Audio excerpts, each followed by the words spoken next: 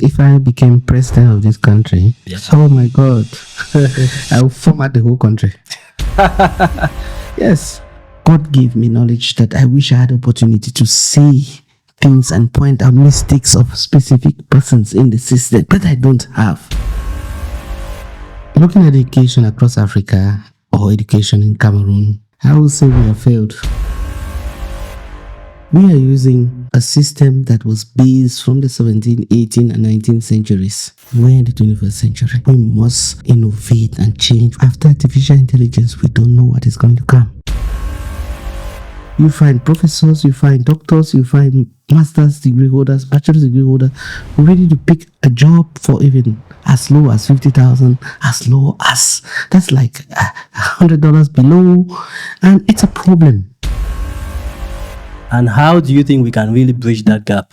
What we need to do as a system is... Can someone who only has theoretical knowledge, has never started a business per se, or has not practiced, can they be able to teach? So our degrees will be very useless in the nearest future. You see, in business, when you are too profit inclined, you lose a lot. In this country, the Ministry of Education doesn't even need money from the government. They can create systems that solves problems, that generate income. But if I submit a proposal, no one is going to look at it because they will tell you this is how we have been doing things. So many young people losing hope. I used to be one of them also. I've been tempted to go and live in America. I'm like, should I? And then I said, no, I have a calling to change things in my country, to support my country, to grow and innovate.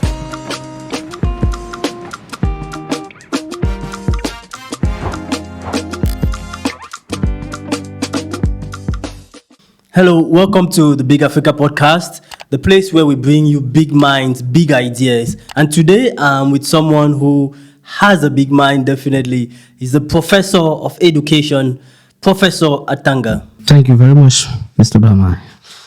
That's great. So, moving straight into it, who is Professor Dr. Atanga? Without all the titles, you know, we have all these big titles that we have, but who is Professor Atanga? Whenever I'm asked who is Professor Atanga, the most beautiful part of who I am is I am a family man with a very beautiful home, beautiful family.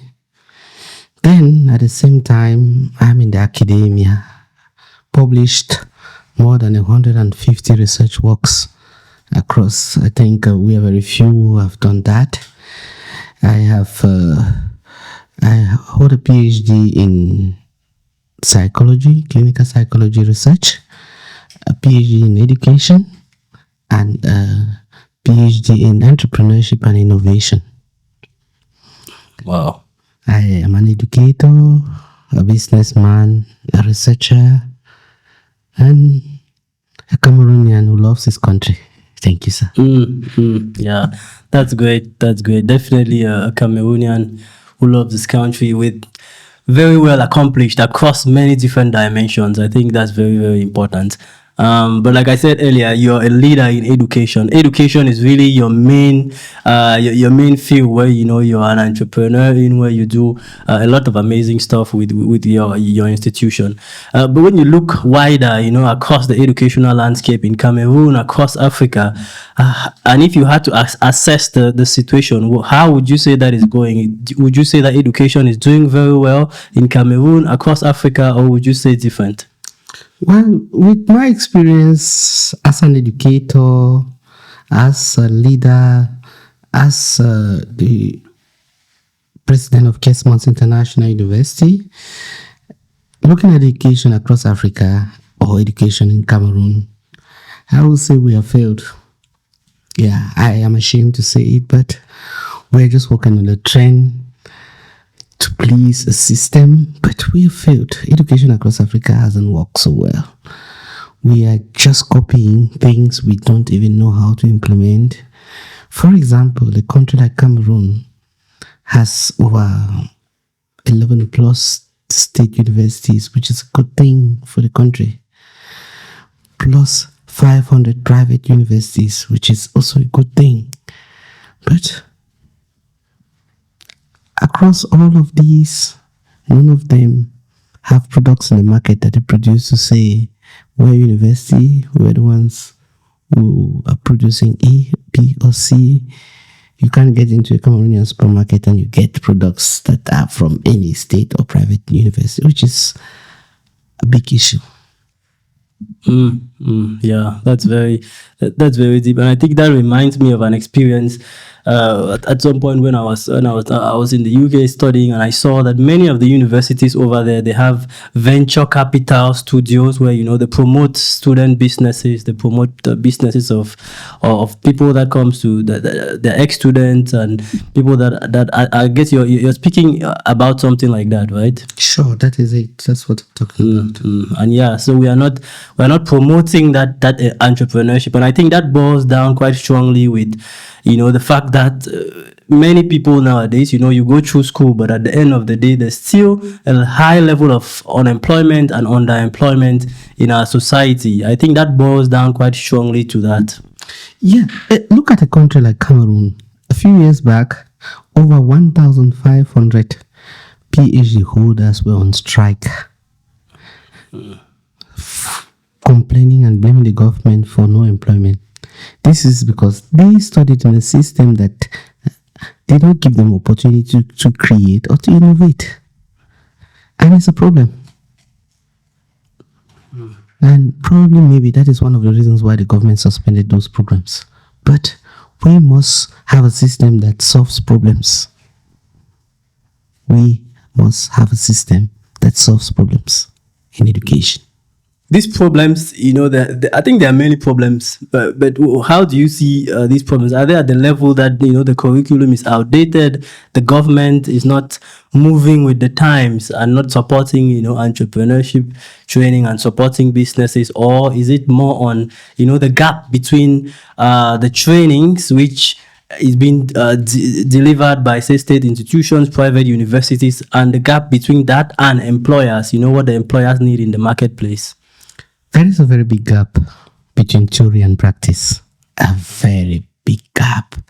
Our institutions have an outdated curriculum. We are in a system where, let me take you briefly in the educational system. During the time of Industrial Revolution, after slavery, we moved to Industrial Revolution where when machines were created, slavery was a little bit abolished because what was done by hand could be done by machines. Yeah. Now, a system was created whereby people knew that if you went to school and learned how to manage machines, you're not going to be working in the farms. Later on, people learned that when you went to school, operated at a certain level, you will be a manager controlling the people who are controlling the machines. So there was a system that was created, a network of people who knew that, okay, I just have to go to school, get a degree or get a higher degree to be able to control A, B, C levels. And that is a trend we've been living in. But that has not resolved any problem with the changes in the taste of time.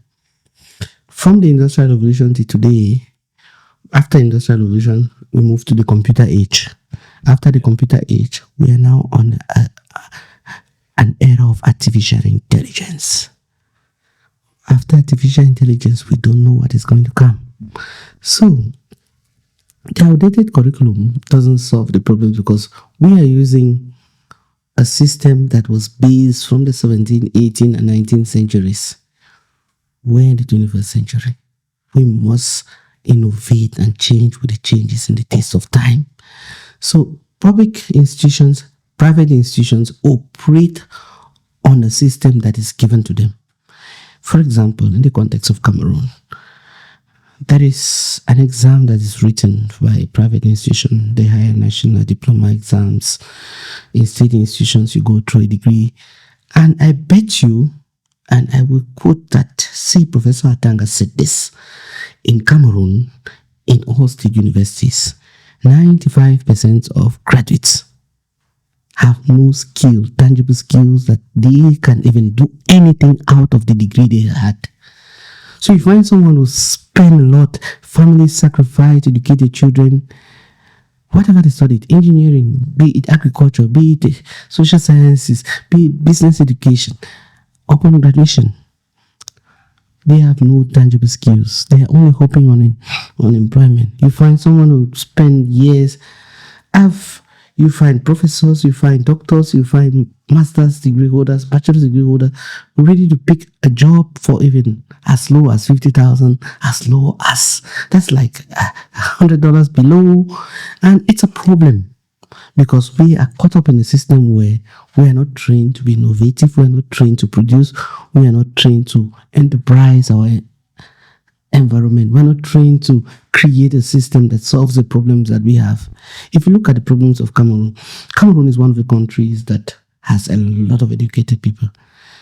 I've moved across close to 40 countries. Already I have seen how much we are intellectuals in Cameroon. We have a database of people with a lot of knowledge. I talk of paper knowledge.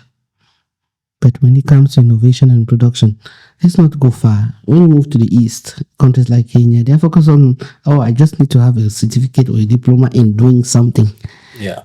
Very few people want to have degrees, masters. People are focused on being able to solve a problem that is in their environment.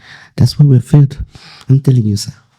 So yeah, I think that's definitely a very big problem. And I think it still boils down to that gap between the skills that are needed in the marketplace, the academic knowledge that a lot of people are gaining, and then what the employers need. Because I speak to a lot of employers, people who, sit on interview panels, people who are managers and supervisors of employees, and many of them complain that, a lot of the people that they hire, sometimes they don't have the skills. Sometimes, they come in, they don't have the work ethic that they really need to succeed.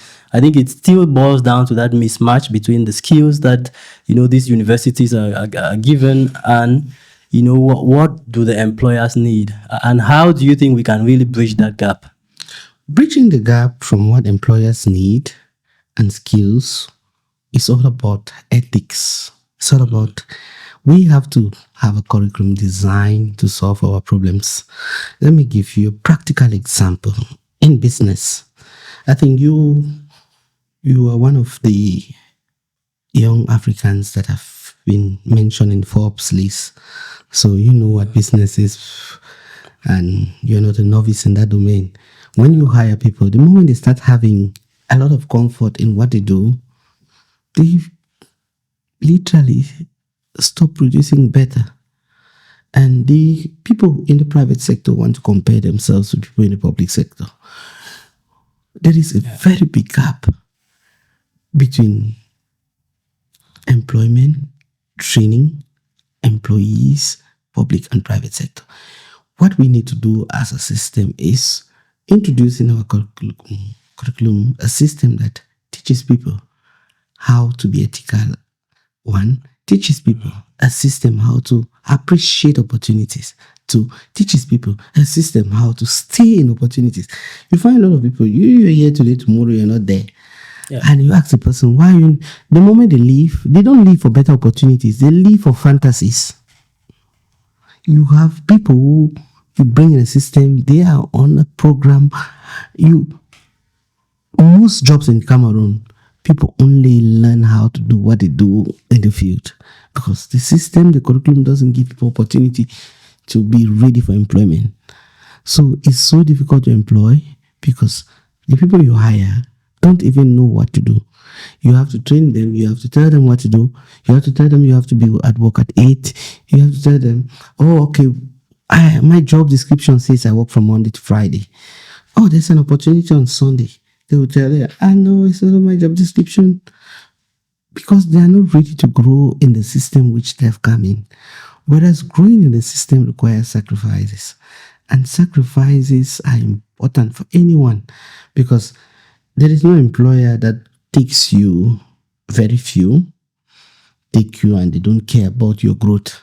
But a lot of people, when they hire you, they want you to drive to work. After a couple of years working in the system, you can afford for yourself a house, you can get married, you can have a car, you can drive to your office, you can mentor other people. So that gap in the curriculum does not give people the opportunity to gain the knowledge and the skills they deserve, they desire in order to transform their lives. So the system has to readjust the curriculum.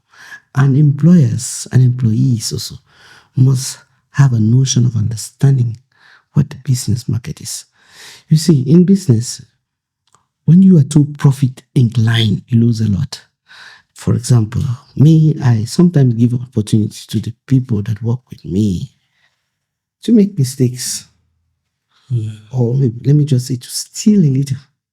I give them that opportunity because they consider it as work advantage. Or in my job, I have this advantage that I can be able to do this, and I profit. Even if the company is profiting. So employees need to think about that. Also, that aspect of you just focusing on profit without thinking of the growth and development of your team is a failure. We are just caught up in the system. In fact, we're in a system where when we got our independence in 1960, we're not ready, because a system that has a monarch that controls the entire system always does better.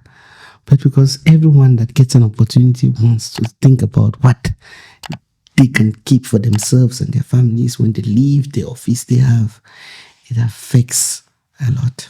So yeah, I think that system, it really boils down also a little bit to the gap in terms of the orientation of students and the course that they ultimately pursue in the university, in higher education, and all of that. Because, for many of us, I think I'll take myself as an example. You go to school, you go to secondary school, high school, and you do your ordinary levels, advanced level. The level of orientation for you to really understand the possibilities that are out there, and for you to choose a course in university that you want to go and focus on, that aligns to your passion and also aligns to your to the things that you can do. I think that orientation is really lacking. So you have many students who they go and do a course, maybe they go and do history or physics or whatever, but at the end of the day, it's not really what they want to be doing with their time. So from your perspective, do you think this orientation it should really be done to orient students either towards what they are passionate about as a person, or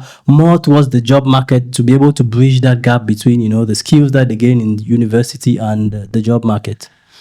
If I had the opportunity to make decisions at national level in education, for example, maybe government says, Professor Atanga, you are now the Minister of Education, I was going to close a system where we have a National Ministry of Education that controls secondary, higher, and primary. And then we have a system that orientates people from basic education level. You see, we don't have a system that trains people to understand the skills they have, independent skills, individual skills. And then we are caught up in a system where every parent thinks that once my child leaves university and they can pick up a public entrance exam, what we call in Cameroon concours, we have succeeded. But those who pick those public entrance exams employed by government, they earn very little salaries. You find most of them, they make less than $500 a month. And that is so small for people who get into business. That is so small compared to international standards. So if we have the opportunity to revise a system, readjust the system, I would recommend, I would tell them, we must introduce in our schools from primary level orientations based on skills, talents, and all the like. You must understand every child has a skill, every child has a potential. You observe, we look at their potentials, we train and we orientate them based on those skills they have. As they grow, you go to a specific school that aligns with the skills you have, aligns with the skills you plan to develop. And once we do that, if we are skill oriented in the society, in the country, there is no society that has been developed on skills that has failed. Cameroon, we are a beautiful nation. We call ourselves Le Continent. Yeah, true. So we use that term to run away from the truth about the challenges we have. We feel like we are the continent, we're everything. But we are nothing. If we want to compare ourselves to other countries within the continent. Because we have a system where we don't give ourselves opportunity to develop our potentials and our skills. If we had an organized system where in education we start training. We do counseling on basic level, secondary level, higher education level. In my university, Kesmonds International University, we have created a concept called industrialization of education. So we have looked at the industrial revolution times, we've looked at education now, and we're looking at education in the future. In the way that once you enroll in a program, for example, you want to do accounting, you want to do journalism, you want to do education, you're doing medicine, you learn skills in other areas based on your interests, because we do photography, drone aviation, we do cooking, we do industrial processing, wine, food processing, we do cartography, we do other extracurricular things that are you interested in, automobile, whatever. So you choose an area that matches with the skills that you love and the passion you have. You might end up with your degree in accounting, but you know how to fly drones, you know how to record, you can run a photo studio. So we do an industrial kind of training. That is what institutions in Cameroon need. We need to industrialize our educational system so that we cut the gap between unemployment and higher education. We cut the gap. We blame government a lot all the time, but what do we do on our own? Government has made a system that is failing. So families, parents, educators must be able to introduce systems that will solve the problem between training and skills, which is the most important thing for everyone. For example, you might have studied journalism, and then today you are able to run marketing agencies. You are able to orientate people to buy cars. We train people on how to shop from China, how to import from Dubai, how to import from Turkey, which marketplaces are important, how to identify systems that are genuine. Those are extracurricular trainings that we need in our system. We need to have a system that permits people to understand and value the knowledge. You might study psychology, you might study education, you might study philosophy, whatever, agriculture, anything, but you must orientate the training towards skills. Institutions in Cameroon are competing a lot among themselves.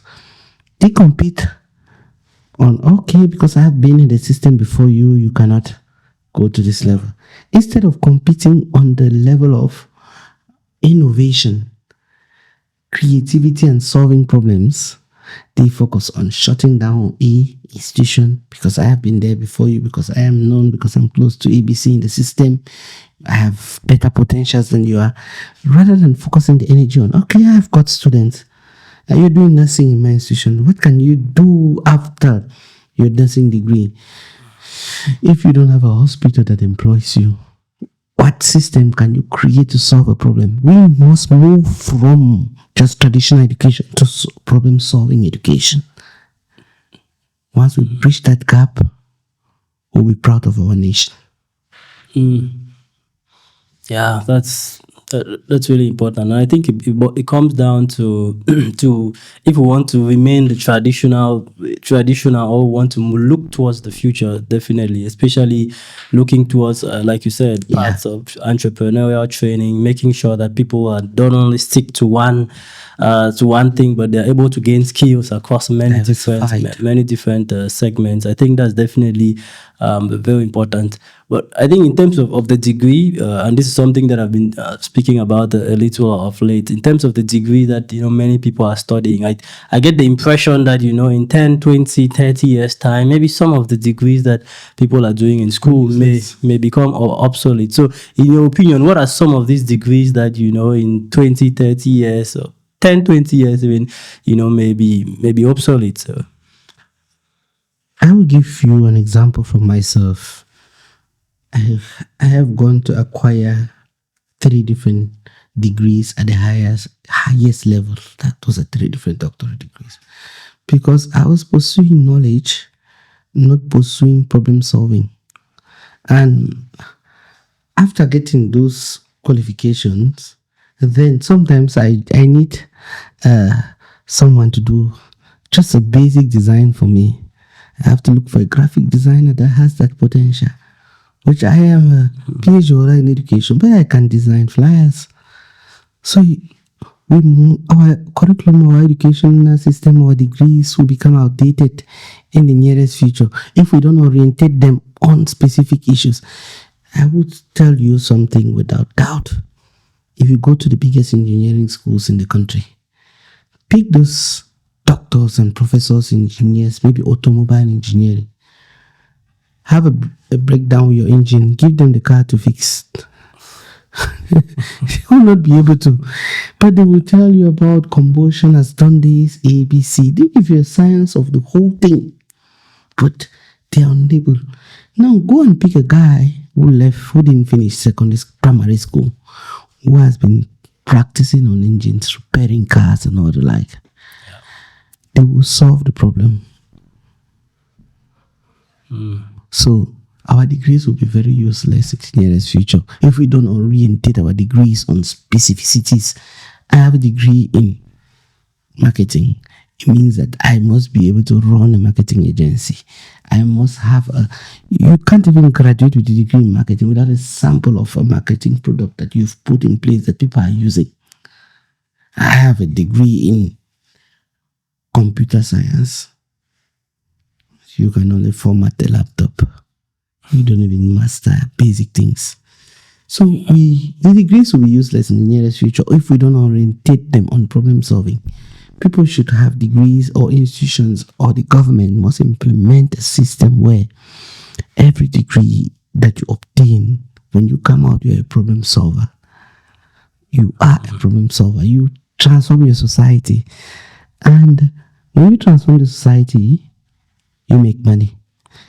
I'll give you an example from my institution. Cameroon never had digital education. It was novice to the Cameroonian system.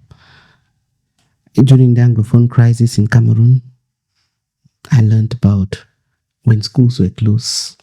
Started thinking people could also study not being on the ground. That's how the notion of digital learning came. And today, when COVID came, everyone, even government that was criticizing distance learning, implemented it. That tells us that we're already in a system where the traditional campus learning can be done digitally, and then we focus on ourselves on practical skills on the ground so that we can bridge that gap. People must have potential so that the certificates they obtain will be useful for them. Yeah. Because they must have the ability to do something. You can have a degree in agriculture. For example, we train agriculture in most of our universities, but go around the country, all the institutions training agriculture don't have farms. You don't have farms. You don't have a degree in agriculture and you're hungry. Then there is a problem. I think, that boils down to what you mentioned, boils down to something that I think is very key, and it's something that has basically been a point of discussion for quite a while, which is your example about the lecturers that cannot, work on the engine of a car. I think, especially in entrepreneurship training, where people say, can someone who only has theoretical knowledge, has never started a business per se, or has not practiced, can they be able to teach a student who wants to learn about entrepreneurship and potentially get into business and all of that? Is that possible? Well, our system has made that possible. Our system. But practically, it is not possible. When I was in the university, I had a lecturer who taught me entrepreneurship. And when he was asking about business in class, when I stood up, I talked about my business, what I was doing. And he himself was not doing a business. So I became a practical example to all his lectures. He would say, like what Atanga does. And because of the pressure that he had, he started a business. So we must move from theoretical education to practical education by using case studies. You see, in Cameroon, our media system is focused on people's social lives, criticizing, talking about ABC. But we need to media that talks about the problems and the solutions that we need to change our country, our nation. So, for us to be able to achieve this, we can only use people who have had those experiences. It is best to get a mechanic that repairs cars to teach on combustion engines by showing people where to put the engine blocks than a professor in automobile engineering who has never dismantled an engine from a car and repaired an engine.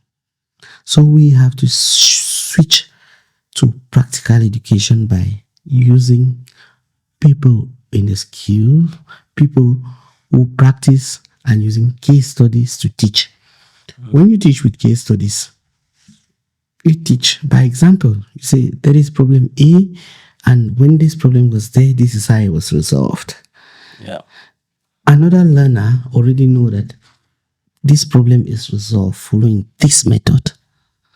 But if you teach by theory, in a case where there is, this is what is done, show them how it's done. If you don't show them, you can't teach someone medical sciences and you tell them to prick a vein, you need to tie use a tourniquet, hold the hand so the vein can show itself, and then, but you need to take them to a practical place where you practice that and they see.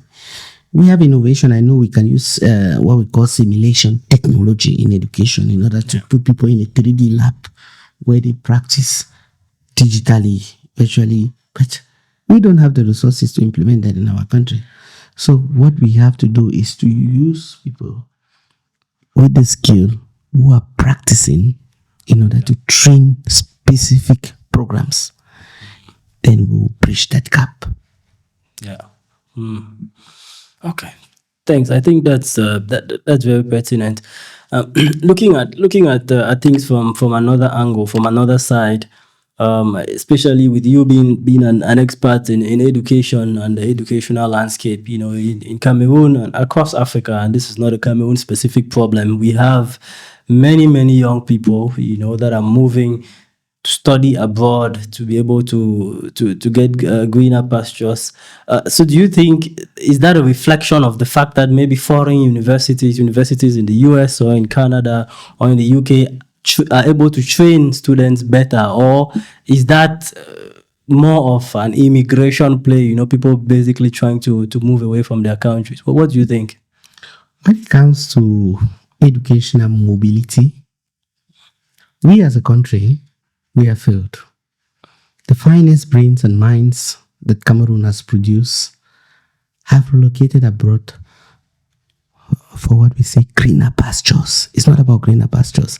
It's about them going to a place where there are opportunities that accept and recognize their skills and potentials. We are caught up in a system where people don't recognize skills. They don't recognize potentials.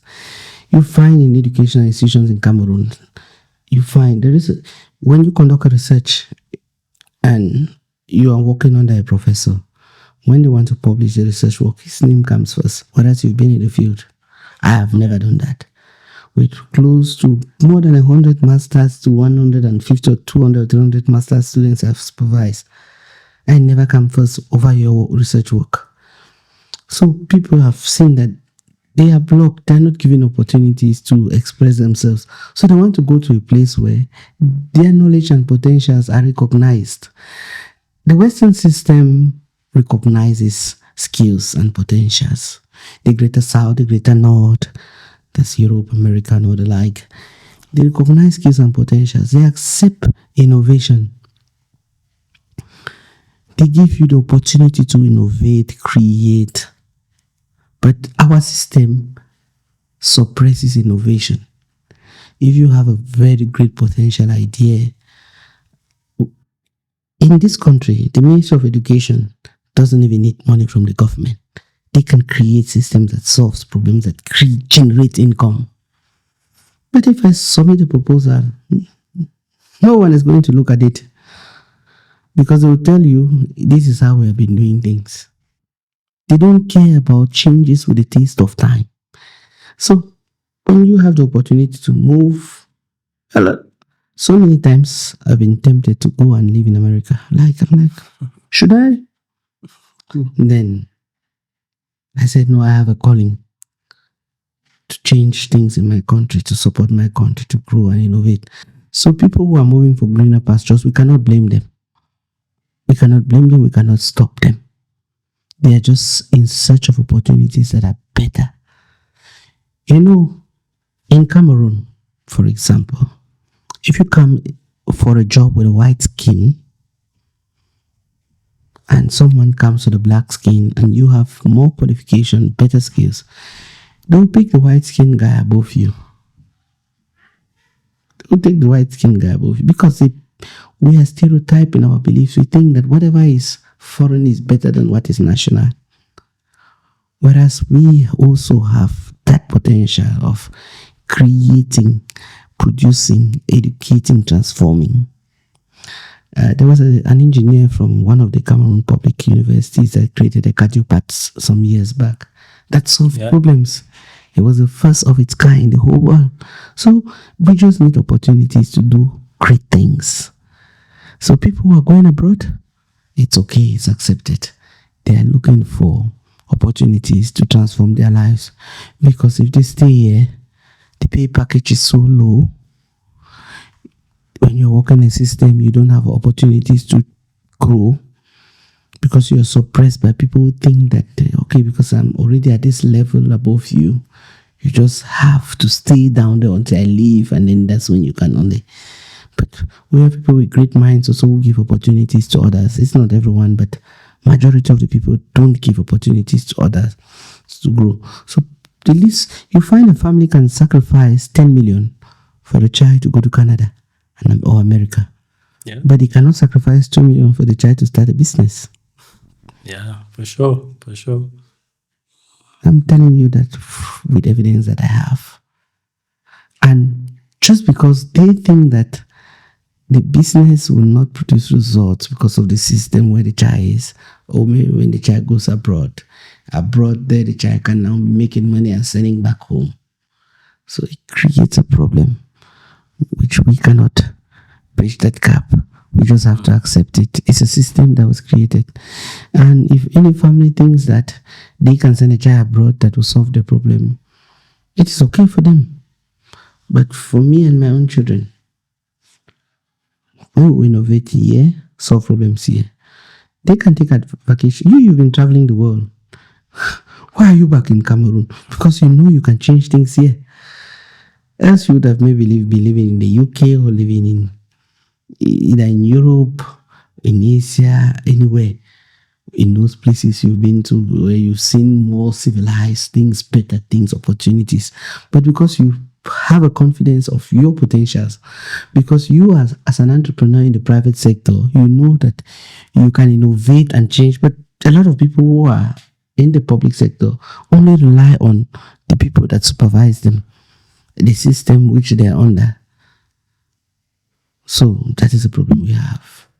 Yeah, for sure. I think it boils down to the fact that, at our level, it really comes back to us and the system, the leadership in different countries, the leadership in our own country, and, basically a bit of a resistance to change, to improve things for the better. I think definitely that's a problem that, for us as young people, for us as the next generation, we really need to be looking at. So I think coming back a bit to education, there are a lot of different issues, a lot of things that happen. But in your experience, what is one thing or one situation that you think about in the world of education and you're really heartbroken when you think about that? I'm heartbroken by almost everything. We have engineering schools in the country that train programs that are supposed to send engineers to factories.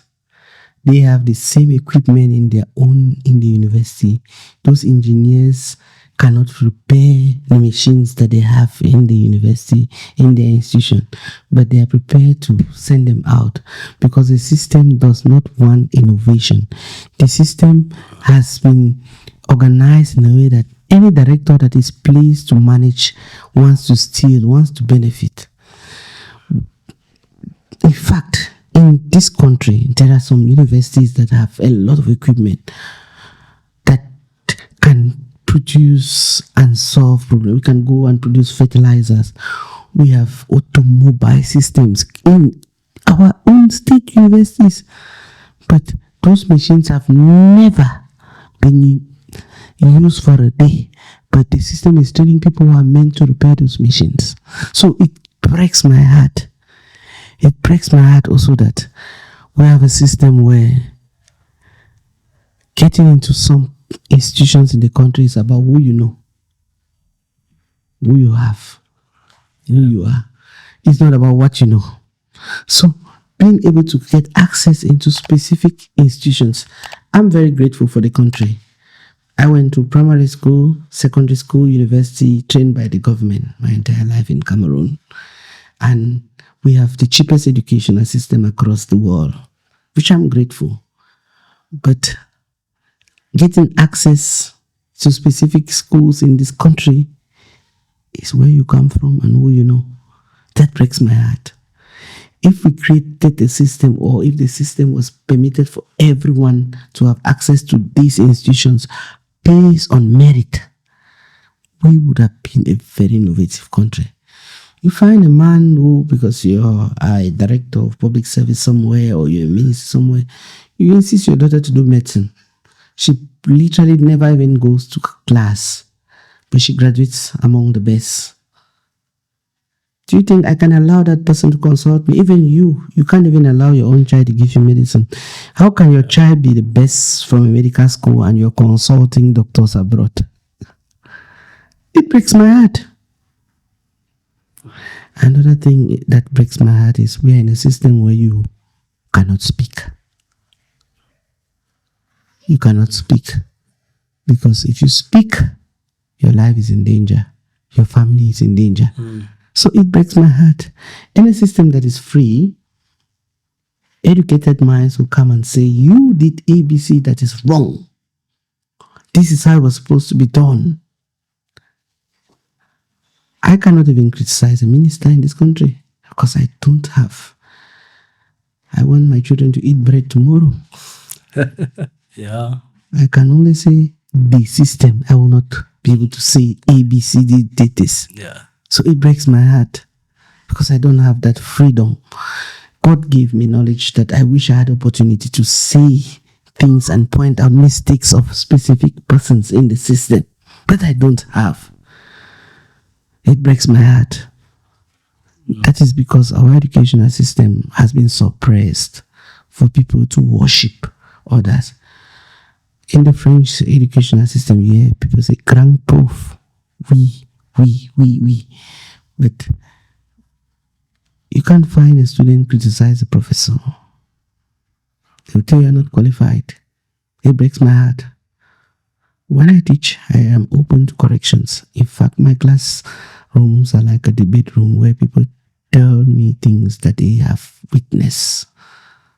They share their own ideas so that we can accept and I can also learn and innovate. So that is the problem we have. Yeah, the really heartbreaking situations that we have.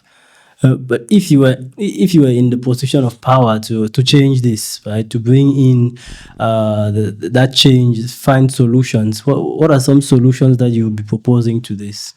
In fact, if I became president of this country, yeah. Oh my God, I will format the whole country. Yes, I will format the whole country. I'll format every system. If I was in a position of power like a minister in education, I will format the whole system. We need one minister of education in Cameroon that handles secondary, higher, and basic. That handles the scientific research department and innovation. We need one. That's one thing I'll first of all address. Secondly, we need a system that people only practice based on skills that they can defend.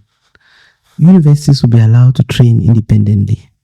When you train accountants, then we have what we call the National Certification Examination, where people who are experts in that domain evaluate you from your potentials.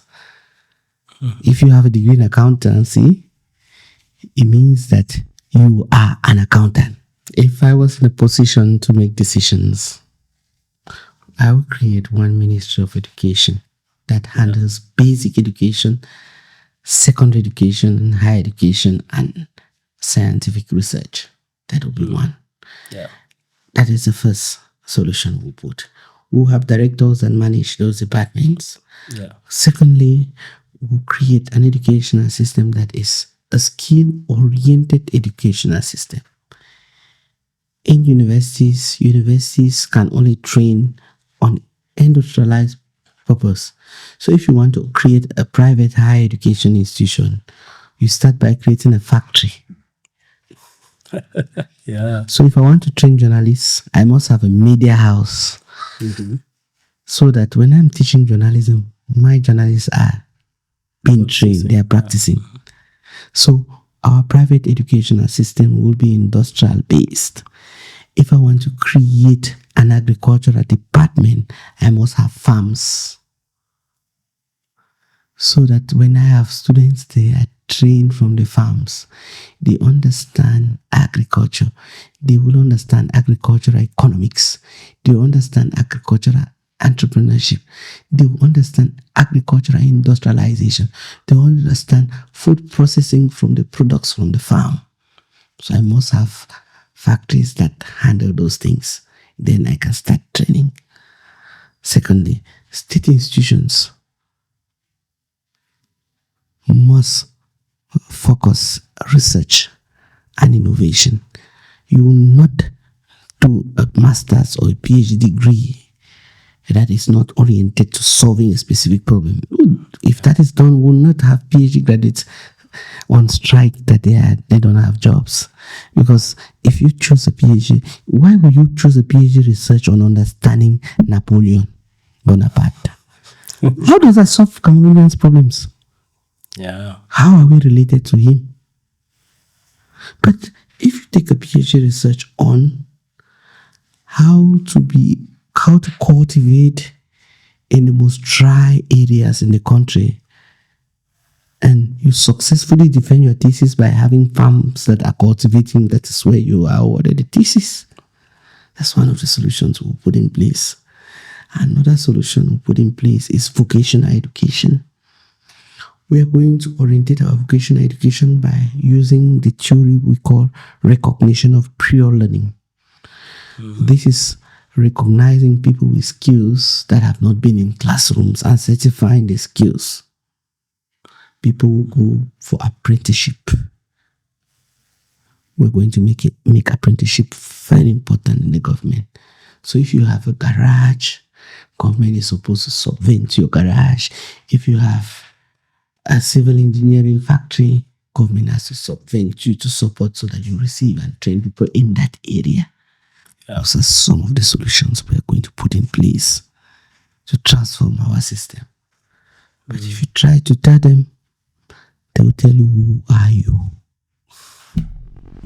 Yeah. I think that's it's a very big Cameroonian problem. But thank you for those solutions. They are really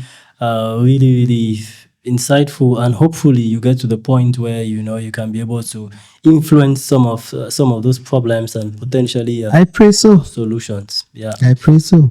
Okay, and looking at for those specifically, a lot of especially young people are losing hope. Losing hope in Cameroon. I was reading today, just this morning, about the large number of Cameroonians that have traveled to Russia to join the Russian army in the fight against Ukraine, and I really see people losing hope in Cameroon. So if someone would take their time and leave Cameroon to go to Russia, where they know there's a high probability of dying on the front lines, I think that's such a big issue. It means that person doesn't have any faith in the country that they are in anymore. So for you, that is an educator, that is a clinical psychologist. What advice would you give those young people who are losing hope in their country? For so many young people losing hope, I used to be one of them also. Yes, I had lost hope as well at some point in time in my life. Thanks be to God that I was able to survive across so many challenges. You see, some people believe that it is better to die with opportunities than stay and die with no opportunities. That's why you find them going to Russia. And we have a system that doesn't even control. Our government system is supposed to investigate those living in the country, those agents that are responsible for young people traveling. They should understand and investigate. When you obtain a visa for this, we don't even have a system where a Cameroonian that is leaving the airport for a specific country that we know is endangered, and they are supposed to record the details and then inform the Cameroonian system in that place that this person is coming. Ensure that they are coming for this purpose. So the young people they are lost. But what I want to tell the young people in this country is they shouldn't give up. 1, they shouldn't depend on the government. 2, 3, they should learn skills. Why would someone sacrifice 1 million, 2 million, 3 million on an agent to take them abroad for a job, whereas they can sacrifice less than that to get a skill that can make them innovative? It's because we have grown in a system where families think that having a child, a relative abroad, you will have made it. It's a very bad system. For example, people have been going to Dubai a lot. People in Dubai earning as low as what civil servants in Cameroon earn.